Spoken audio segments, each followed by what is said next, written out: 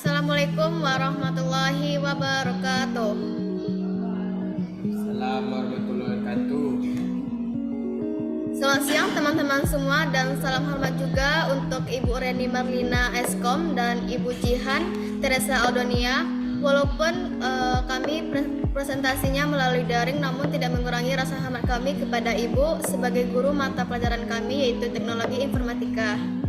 Di sini kami dari kelompok 4, saya sendiri Putri Fauzia Mahda sebagai pembuat makalah dan pengedit video, dan rekan-rekan saya yang lainnya adalah Gufron Maulana sebagai pencari materi, Hafiz Raihan Atala sebagai pembuat PPT, dan Natalia Alfiana Husada sebagai pembuat makalah, dan Nurul Fahmawati sebagai pembuat PPT, dan Rifki Ramadan sebagai pengedit video. Di sini kami akan mempresentasikan atau membahas tentang komputer dan penyusun komponennya dan cara kerja komputer. Materi pertama akan dibahas oleh saya sendiri yaitu tentang pengertian sistem.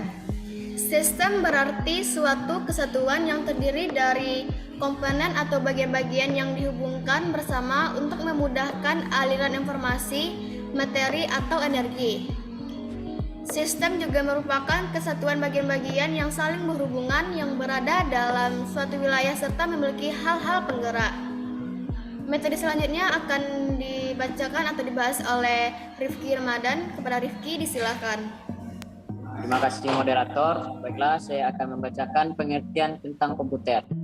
Komputer adalah alat yang dapat digunakan untuk menerima, mengelola, menyimpan, dan menampilkan data berdasarkan prosedur yang telah ditentukan.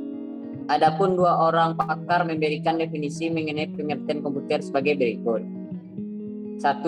Robert Hausmer melalui bukunya berjudul Komputer Annual mendefinisikan komputer sebagai suatu alat elektronik yang melakukan beberapa tugas di antaranya menerima data input, memproses data input sesuai instruksi, menyimpan perintah-perintah dan hasil dari pengelola data, dan menyediakan data output informasi.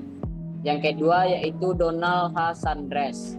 Dalam bukunya Computer Today, komputer adalah sistem elektronik untuk manipulasi data dengan cepat dan tepat, serta dirancang secara dengan sendirinya menerima dan menyimpan data input, memprosesnya dan menghasilkan data output di bawah pengawasan suatu instruksi-instruksi program yang tersimpan di memori media penyimpanan kesimpulan pokok. Dari dua definisi tersebut menjelaskan bahwa pengertian sebuah komputer memiliki karakteristik sebagai berikut, yaitu alat elektronik, dapat menerima data input, dapat mengolah data, dapat menerima informasi, menggunakan suatu program yang tersimpan di memori komputer, dan dapat menyimpan program dalam hasil pengolahan. Pengertian sistem komputer. Sistem komputer adalah suatu jaringan elektronik yang terdiri dari komponen-komponen software atau perangkat lunak dan hardware atau perangkat keras. Komputer melakukan tugas tertentu, baik menerima input, memproses input, menyimpan perintah-perintah, dan menyediakan output dalam bentuk informasi kepada user. Selain itu, dapat pula diartikan sebagai aktivitas interaksi manusia atau brainware, perangkat lunak, dan perangkat keras yang terkait untuk menjalankan suatu pekerjaan. Komponen penyusun dari suatu sistem komputer terdiri dari manusia penggunanya, perangkat lunak, dan perangkat keras. Dengan demikian, bila salah satu penyusun sistem komputer tersebut tidak ada, maka suatu sistem komputer yang baik tidak dapat terwujud. Perangkat keras komputer tidak berarti apa-apa jika tidak disertai dengan perangkat lunak dan manusia penggunanya. Saya kembalikan ke moderator. Baik, terima kasih. Untuk materi selanjutnya tentang komponen sistem komputer yang akan dibahas oleh Natalie dan Gufron Maulana. Kepada Natalie dan Gufron, disilahkan. Baiklah, terima kasih kepada moderator yang telah mengizinkan saya untuk membahas komponen sistem komputer. Di sini komponen-komponen penyusun dalam suatu sistem komputer dibagi menjadi 3. Yang paling tidak terpisahkan yaitu hardware, software, dan brainware. Hardware dapat dibedakan menjadi input device, processing device, storage device dan output device. Sedangkan software dibedakan menjadi operating system, application program, dan language program. Yang pertama adalah hardware perangkat keras. Merupakan perangkat yang dapat dilihat, dapat disentuh secara fisik, seperti perangkat input, perangkat processing, perangkat penyimpanan data, dan perangkat output. Peralatan ini umumnya cukup canggih. Perangkat keras dapat bekerja berdasarkan perintah yang ada padanya, yang disebut juga dengan istilah instruction set. Dengan adanya instruction set dapat dimengerti oleh mesin tersebut, maka perintah tersebut dapat melakukan berbagai aktivitas kepada mesin yang dimengerti oleh mesin tersebut, sehingga mesin bisa bekerja berdasarkan susunan perintah yang didapatkan olehnya. Jenis-jenis hardware terbagi 3. Yang pertama, input device adalah perangkat keras komputer yang berfungsi sebagai alat masuk atau perintah ke dalam komputer. Contoh perangkat input antara lain seperti keyboard, pointing device, mouse, touchscreen, digitizer, digitizer graphic tablet, scanner, web kamera, dan mikrofon. Yang kedua, processing device. CPU atau Central Processing Unit berperan sebagai pusat komputasi, mengolah informasi, dengan kata lain menjadi otak dari komputer. Processing device melakukan komunikasi dengan input, storage, dan juga output device untuk melaksanakan arahan-arahan berkaitan. Yang ketiga, storage device. Register CPU berukuran kecil sehingga tidak dapat menyimpan semua informasi. Maka CPU harus dilengkapi dengan alat penyimpanan data dengan kapasitas yang lebih besar sebagai media penyimpanan utama. Perangkat penyimpanan dibagi menjadi 2, yaitu internal dan external storage. Internal storage adalah media yang penyimpanan yang terdapat dalam komputer yang meliputi RAM dan ROM. RAM atau Random Access Memory berfungsi untuk menyimpan program yang diolah untuk sementara waktu. RAM dapat diakses, ditulis, dibaca, atau dihapus isinya. Lihat juga jenis-jenis RAM dan perbedaannya. Struktur terbagi menjadi 4 bagian utama, yakni sebagai berikut. Yang pertama, input storage digunakan untuk menampung input yang dimasukkan melalui perangkat input. Yang kedua, program storage digunakan untuk menyimpan semua instruksi-instruksi program yang akan diakses. Yang ketiga, working storage digunakan untuk menyimpan data yang akan diolah dan hasil pengolahan. Yang keempat, output storage digunakan untuk menampung hasil akhir dari pengolahan data yang akan ditampilkan ke perangkat output. RAM atau read-only memory sesuai dengan namanya merupakan memori yang bersifat hanya bisa dibaca dan berguna sebagai penyedia informasi pada saat komputer pertama kali dinyalakan. Hanya dapat dibaca, tidak bisa dituliskan sesuai ke dalam ROM. Tidak bisa dituliskan sesuatu ke dalam ROM. Isi dari ROM merupakan program pokok seperti program untuk mengatur penampilan karakter di layar, mengisi tombol keyboard untuk keperluan kendali tertentu, dan bootstrap, program bootstrap. Diperlukan pada saat pertama kali sistem komputer diaktifkan atau booting, yang dapat berupa cold booting atau warm booting. Dimungkinkan untuk mengubah isi ROM dengan cara melakukan program ulang. Jenis ROM yang dapat diprogram ulang yakni sebagai berikut. Yang pertama, PROM, Programmable Read-Only Memory, yang hanya dapat diprogram satu kali. Yang kedua, EEPROM, Erasable Programmable Read-Only Memory, dapat dihapus dengan sinar ultraviolet, dapat diprogram kembali berulang-ulang. Yang ketiga, EEPROM, Electrically Erasable Programmable Read-Only Memory, dapat dihapus secara elektronik dan dapat diprogram kembali. External storage merupakan perangkat keras untuk melakukan operasi penulisan pembacaan, penyimpanan data di luar media penyimpanan utama. Contoh external storage seperti floppy disk, hard disk eksternal, CD dan DVD. Yang keempat, output device. Output device adalah perangkat keras komputer yang berfungsi untuk menampilkan keluaran sebagai hasil pengolahan data. Keluaran dapat berupa hard copy, soft copy, ataupun berupa suara. Beberapa contoh output device antara lain adalah monitor, printer, dan speaker. Materi kedua adalah software perangkat lunak. Software merupakan rangkaian prosedur dan dokumentasi program yang berfungsi menyelesaikan tugas pekerjaan yang dikehendaki. Merupakan data elektronik yang disimpan sedemikian rupa oleh komputer itu sendiri. Data yang disimpan ini dapat berupa program atau instruksi yang akan dijalankan oleh perintah, maupun catatan-catatan yang diperlukan oleh komputer untuk menjalankan perintah yang dijalankan. Berdasarkan fungsinya, perangkat lunak dapat dibedakan menjadi operating system, application program, dan language program. Lihat juga artikel ilmu komputer tentang macam-macam software. Baiklah, ini adalah macam-macam software. Yang pertama adalah operating system. Operating system atau adalah program pada komputer yang menggunakan dengan perangkat komputer. Perangkat lunak yang dihubungkan dengan pelaksanaan program dan koordinasi dari aktivitas sistem komputer ada beberapa macam. Ada beberapa macam sistem operasi seperti Linux, Windows, dan Mac OS.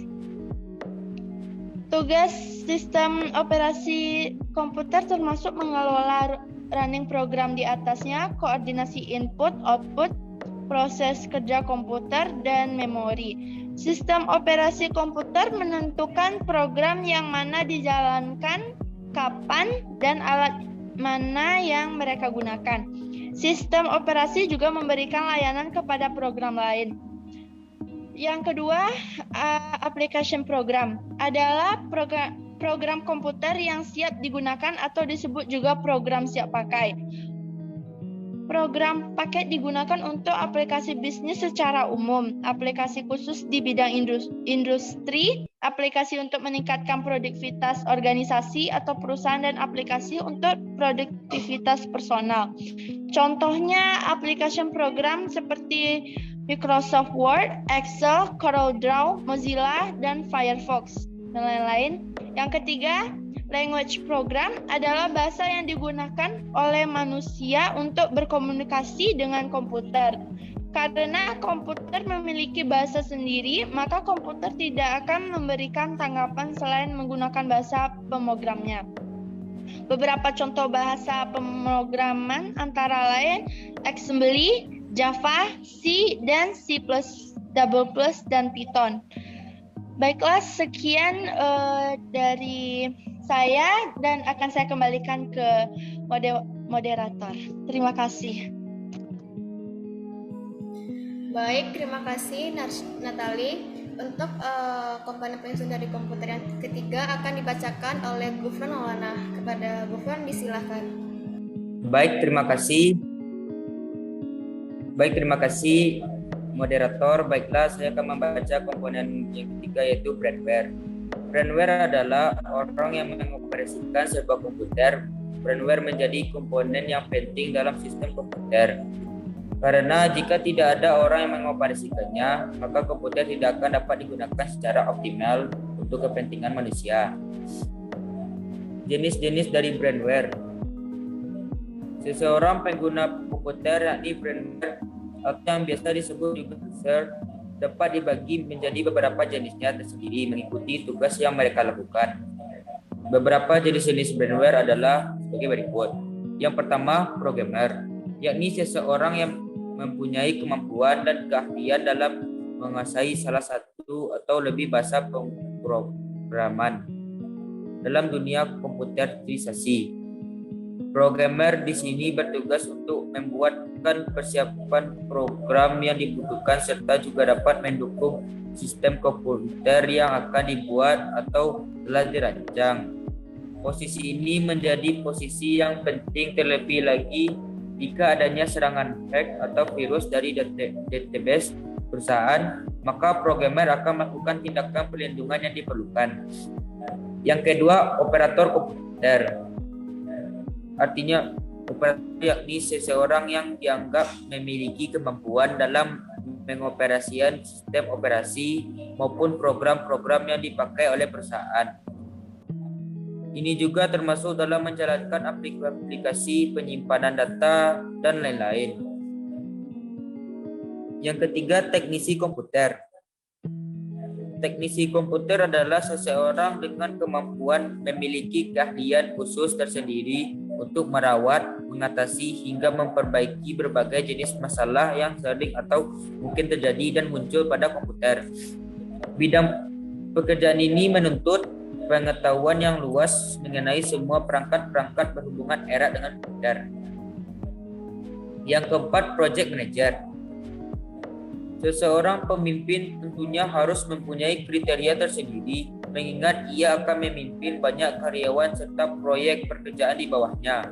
Sehingga perusahaan yang ingin mempekerjakan seseorang sebagai project manager harus lebih dahulu mempunyai basic kepemimpinan dan dedikasi dalam membimbing orang-orang yang bekerja sebagai bawahannya nanti. Yang kelima, konsultan. Seseorang dengan brainware di bidang yang satu ini juga harus mempunyai kriteria spesifik pula.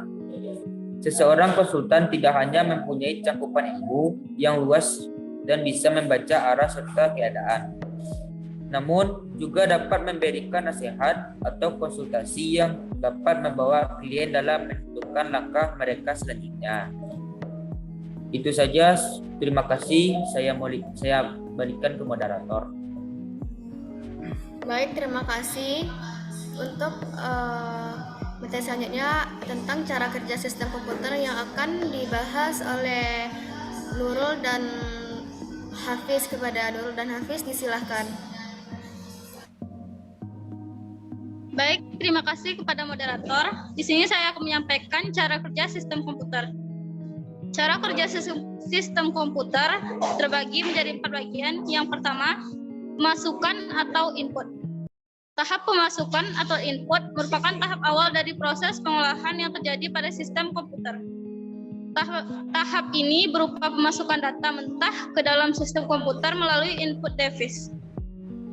Contoh dari peralatan masukan atau input device diantaranya yang pertama mouse, keyboard, dan scanner.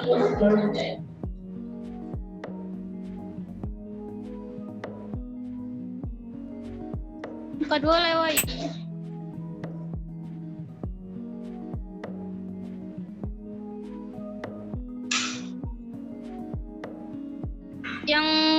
yang kedua, pemrosesan atau proses. Pada tahap ini, data yang telah dimasukkan melalui peralatan input tadi akan diproses.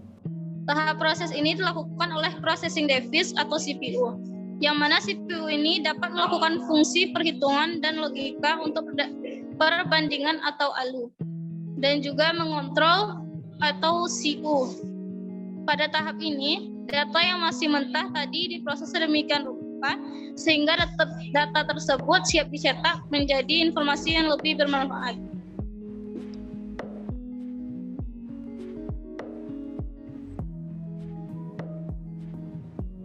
Baik, cara kerja selanjutnya akan saya serahkan kepada rekan saya, yaitu Raihan.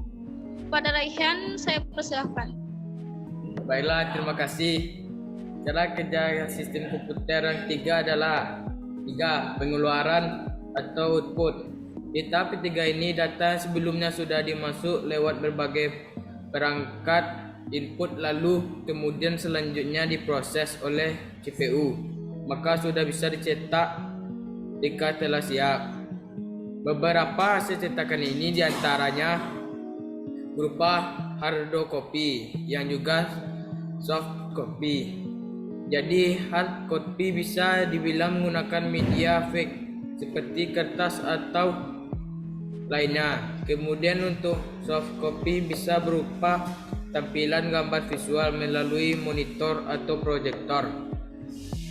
Perangkat yang mendukung hasil output sendiri diantaranya adalah monitor, proyektor, printer, dan lain-lain. Keempat, menyimpan. Untuk tahap terakhir ini adalah proses hasil rekod dari beberapa pengolahan ke peralatan menyimpan seperti stroke, device, dan nantinya bisa digunakan kembali untuk digunakan sebagai proses selanjutnya. Jadi data yang sepenuhnya belum sempurna atau minta yang telah dilakukan proses bisa disimpan ke media penyimpanan untuk kemudian jika diperlukan kembali bisa langsung cetak data. Baiklah, terima kasih. Saya kembalikan ke moderator. Jadi, terima kasih. Jadi dapat kita simpulkan, sistem komputer adalah elemen-elemen yang terkait untuk menjelaskan suatu aktivitas dengan menggunakan komputer. Komponen-komponen dari sistem komputer ini terdiri dari 3 yang tidak dapat dipisahkan.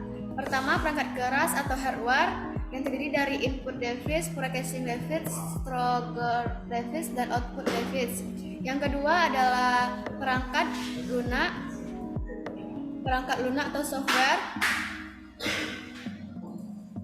yang terdiri dari operating system, application program, dan language program. Yang ketiga adalah brandware atau orang yang mengoperasikan komputer. Terus cara kerja komputer ada juga 4. Yang pertama pemasukan atau input, kedua preprosesan atau proses, yang ketiga adalah pengeluaran atau output, dan keempat adalah menyimpan atau store. Jadi itulah presentasi dari kelompok kami, dari kelompok 4. Semoga apa yang kami sampaikan dapat bermanfaat bagi teman-teman semua. Sekianlah presentasi dari kami. Saya sudahi dengan wassalamualaikum warahmatullahi wabarakatuh. Waalaikumsalam.